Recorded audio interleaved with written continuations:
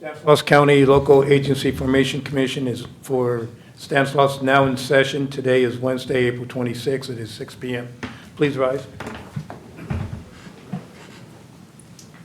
I pledge allegiance to the flag of the United States of America and to the republic for which it stands, one nation, under God, indivisible, with liberty and justice for all.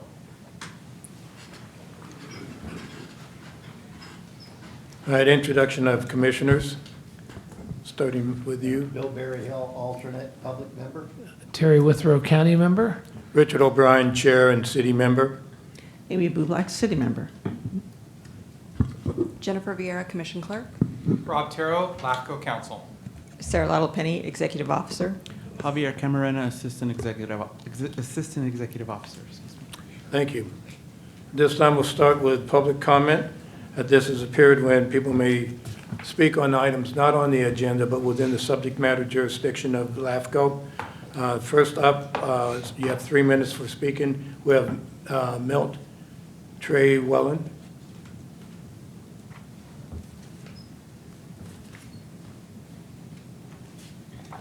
Good evening, sir. Good evening, LAFCO members and audience. I'm Milt Treeweiler. I'm a lifetime Stanislaus County resident. I'm going to talk about the most important resource we have in Stanislaus County. Let me start by asking some questions. What do you need to stay alive? We need clean air, clean water, and food. Where do you grow food? We grow food on farmland. Where is the best farmland? The best farmland is in Stanislaus County. Stanislaus County has the best farmland in the world. Our Stanislaus County forefathers, Stanislaus County has the farmland and the climate and the water to grow food for the next 500 years, right here in our county. In 1887, Turlock Irrigation District and Modesto districts became the first 2 irrigation districts in the state of California. In a simplified manner, government is to serve the needs of the people. Unfortunately, some politicians have drifted away from serving the people to serving their own selfish needs.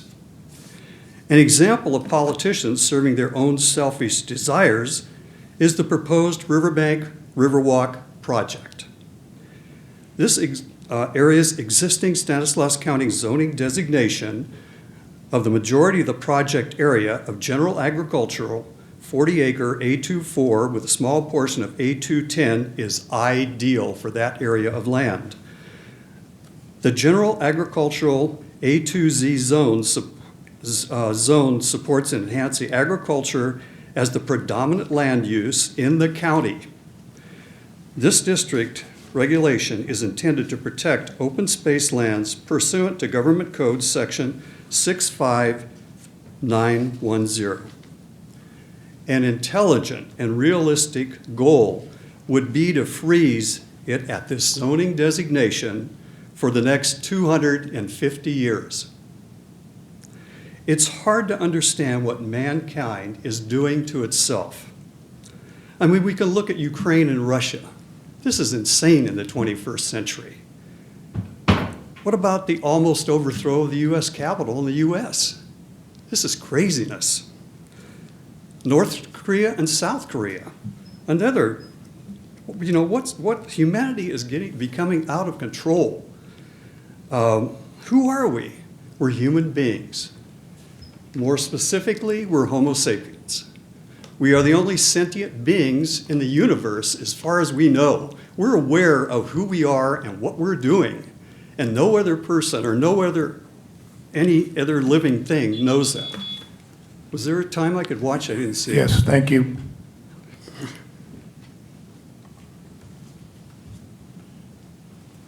Karen Conrado, please. Good evening. Good evening. I'm here to let you know that I oppose the proposed Riverwalk that's the city of Riverbank is the identified lead agency for.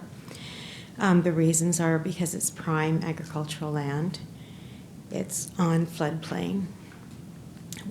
It's has high-quality water recharge and aquifer, the best as the land, the best in the state and nation, and in some places comparatively the best in the world as well. There are infrastructure concerns, things like traffic and first responders, response time, sewer, water, pollution, concerns with riparian habitat and wildlife corridor destruction. And also, I just want a reminder that we weren't informed, just the property owners around the Riverwalk project. As far as I know, there wasn't anyone that was informed of this project before the NOP came out. We found out afterwards. Thank you for your time. Please, when this comes before you, I hope that you deny this proposal. Thanks. Thank you. Dan Whetstone?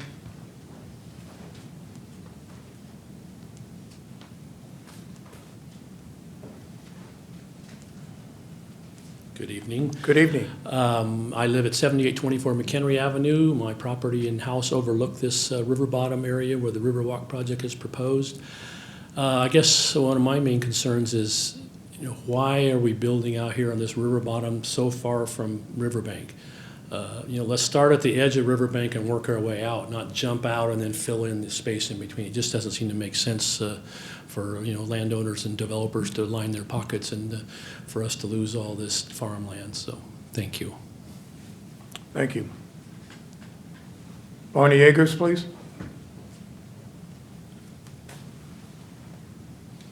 Good evening.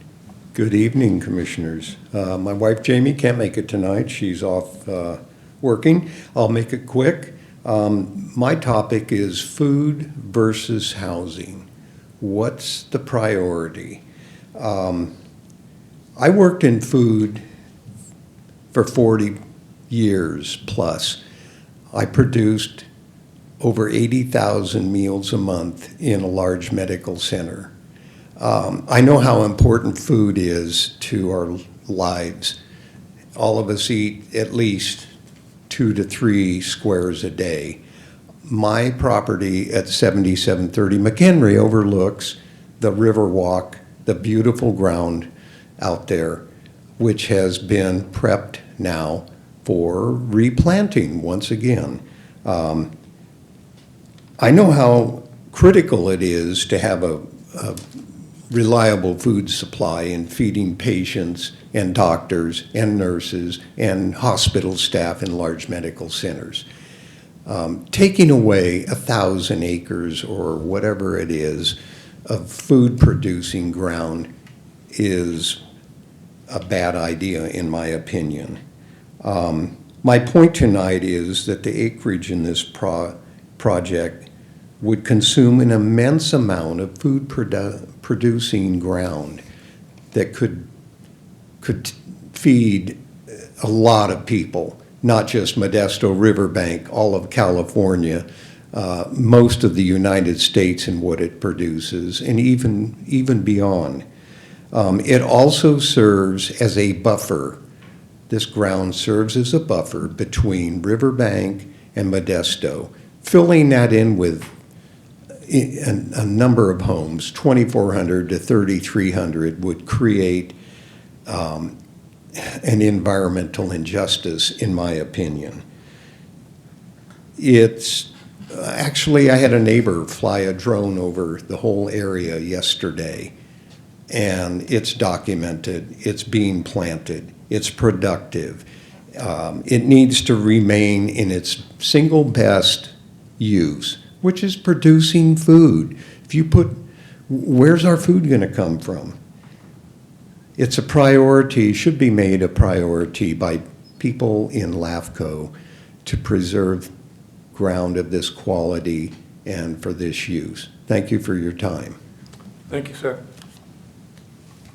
Correspondence? There's no other correspondence other than in the news item with your agenda. Thank you. At this time, members of the commission and staff, if you have any conflict of interest, please state so now. Hearing none, we'll go on to the consent items. The consent items are listed. If there's anyone wishing to pull any or to speak to any consent items, please do so. If not, I'll I'll take a consideration. I'll make a motion to approve the consent items. Second? We have a motion to approve and a second. All in favor? Aye. Opposed? Passes 4-0. Public hearing right now is 6A, proposed LAFCO budget for fiscal year 23-24. Sarah? Yes. It feels like we were just approving budgets, but we're back again. This is the proposed budget for the next fiscal year. And this chart will just give you a summary of what that proposal is compared to the current fiscal year. There's an overall increase of 11% of operating expenses, and then we're estimating a use of $20,000 in undesignated fund balance and $20,000 in application revenues, similar to the current year. Some highlights here, and one of these is related to, of course, the increase to salary and benefits, partly due to a 3% cost of living increase that has been approved for fiscal year 23-24, the impact of the reclassifications that the commission approved at the last meeting, and then also you see a jump in the services category, and much of that is related to funding for the next biennial audit. A couple other things to note, the proposed budget, the chart looks rather lengthy as compared to previous years, and that's partly due to the new Oracle Cloud financial system that the county uses that we also use. During that process, they consolidated some accounts, created some different account numbering for us. So I've got notations there in the proposed budget showing certain accounts that have moved or been consolidated. We tried our best to keep them at least noted so that the commission can see what those accounts include, even though they have, for example, the professional and special services account, which is most of our charges from the county for IT and related services. We've attempted to at least spell out what those all are in sort of subcategories that we can keep track of. So for your final budget, you'll see a much cleaner version of the budget because I'll take out all of those notations of things moving around, so you'll be able to see the one clear budget. This is a look at the reserve funds. Similar to last year, we still have a fairly high accrued leave fund. That's the vacation cash out liability. The long-term liability there is still that number that changes in estimate every year, but that would be the long-term GASB 68 retirement liability. So your total reserves are pretty healthy there, $306,000 for the proposed budget. Agency allocations, I like to show this every year just so you can see that the majority of LAFCO's budget is actually funded by, or at least 80% by the county and Modesto. The county always has to pay a 50% share regardless, and then the cities make up the rest of the share based on their revenues. So Modesto tends to take the largest part of that, followed by Turlock and Ceres, and then the smaller cities divvy up the rest. And this is what agency contributions look like compared to LAFCO's actual operating budget. So every year we tend to offset agency contributions with a combination of fund balance, remaining fund balance that we hadn't used in the prior year, and then also what we project for application fees. So that orange line that you see always has a little bit of buffer there from the operating budget because we're offsetting agency contributions. Also to note, that line is narrowing because we're running out of undesignated fund balance to use. So every year we reevaluate that. If we've gotten additional fees in a year that we weren't expecting, that goes to the next year to offset next year's contributions. Can you remain on that for 1 second? Mm-hmm. Okay, you have a structural deficit. Wouldn't it be wise, since we are pay as we go, that we pay to keep your structural, your deficit at zero? And that way you still have that buffer? Yeah, we do keep that at least with the projected application fees, but we're required by law if we have any additional fund balance that's not used from the prior year, we have to use that to keep offsetting. We did, at one point, have a very large fund balance that we had accumulated, I and we remember gave a large amount of that back. So we're constantly playing with, running out of that. And I think in future years after fiscal year 24, 25, we may get to a point where we have a additional amount for reserves where, we've closed that up and now we're budgeting for additional reserves. Thank you. And this is just to remind you that we do have our municipal service review work program. The 2023 program was recently adopted, and we've already started working through that. We're also continuing to get pre-application meetings and requests from various proposals that could come at any point in the future. And so we've conservatively estimated the $20,000 in revenues. So at this time, the recommendation is to conduct the public hearing and then potentially adopt Resolution 2023-05, which would approve the proposed budget, and then to schedule the hearing for the final budget, which will be on May 24th, 2023. And I'm available for questions. Is there an additional, when it gets to the Board of Soups, is there additional, or is it, they can't change it? They can't change it, and that's the same for the cities as well. It's a mandated match. Okay. All right. Any other questions before I open it? Just real quick on the legal, legal's not for outside counsel, that's what Rob's charging us, right? That's for Rob, yeah. Okay, jeez. Yeah, it's outrageous. Okay, all right, that's good. It's actually stayed at that level for a few years, and I was just evaluating it today because we have not adjusted, I realized we have not adjusted that for cost of living. So there may be a minor adjustment in the final budget for that one. No, it's way overstated anyway, there's plenty of room there. Okay, any others? Okay, I open a public hearing for the proposed LAFCO budget for fiscal year 23-24. Anyone from the public? Seeing none, I close public hearing. Bring it back for consideration. And just one more comment. Good job, Sarah. And I really appreciate the fund balances and the tracking of the fund balances and the reserves. And as you say, as the budget continues to go up, that 15%, we're probably going to have to add to that as it happens. But it's just great to see that, so we can all see and see where it's going. So thank you. Very good job. Yes, Is that a motion? I don't know. That is a motion. Okay, we have a motion. Second. We have a motion and a second. All in favor for fiscal year 23-24 budget, say aye. Aye. Aye. Opposed?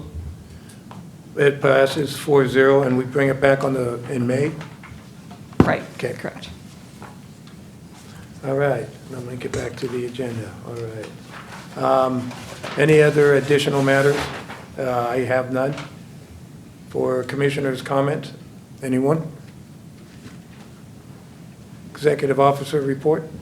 Yep, just a quick update. Yesterday, Javi and I met with some staff from the city of Ceres to provide them a LAFCO 101 and also kind of a custom training to answer some of the questions that they had that were LAFCO related. The ad hoc committee of the commission does have a meeting scheduled tomorrow with the County Human Relations Division, and we'll have an update if there's any to give at the next meeting for that. And then for May 24th, we're expecting, of course, the final budget, and then we also anticipate having an out-of-boundary service request for water. Sarah, is that regarding the apartment complex that's been proposed and stuff, does that have to come through us because they are making some changes in off Mitchell Road? Nothing to do with that? No. With Ceres? No. Yeah, okay. That one's, assuming the area that's already annexed, that It's they're already getting around to, annexed in. Yeah, it's part of the town. And Yeah. I was thinking I thought they were changing their general, but that's done within the city to Yeah. change the general plan. It's Yeah. not a LAFCO issue. Right, so they're good, yeah. And that's all I have. Before I let you go on that, in your report, you have May 22nd as our next meeting. Is it May 24th? Yes, it is. May 24th? I'll come here on May 24th. Is that a diversion? Okay. That's fine. Seeing no other business, this meeting is adjourned. Next meeting is on May 22nd, 2023, here at 18. 24th. 24th. I thought I just read what stuff.